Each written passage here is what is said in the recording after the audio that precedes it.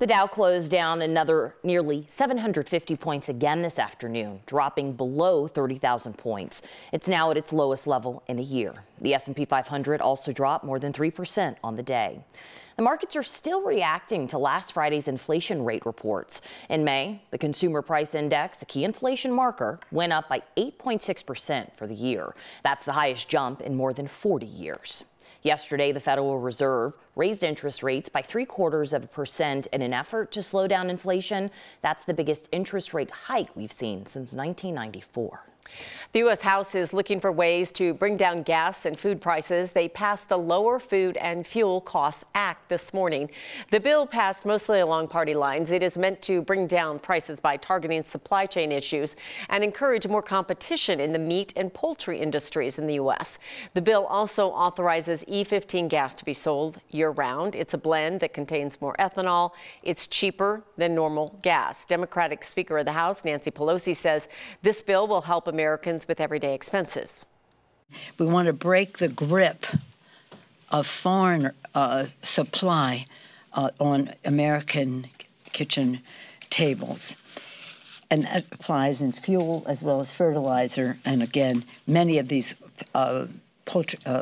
meat packing companies are foreign owned.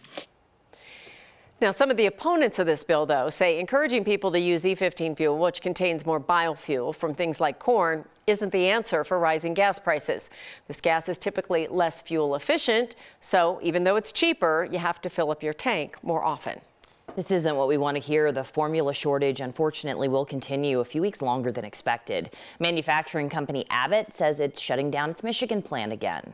They're making the decision because of heavy rain in the Midwest right now. Their plant got flooded during the storms. Abbott says it will stay closed until they can re-sanitize the plant and the FDA can verify that it is safe enough to restart making formula. Abbott says the whole process will probably take a few weeks. Now, in the meantime, the U.S. has flown in another plane full of formula, enough formula for almost 550,000 bottles of Nestle's formula made from that trip from Switzerland to Kentucky just this morning. This shipment will send formula to hospitals, healthcare groups, and some WIC programs. Nestle plans to announce more shipments in the U.S. in the coming days. Today, beauty company Revlon announced they're filing Chapter 11 bankruptcy. That's going to allow the company time to reorganize to stay in business while paying off debts over time. They say supply chain issues and rising costs are sending them into major debt. Today's bankruptcy filing will allow them to get more than $500 million from lenders to keep the day-to-day business running.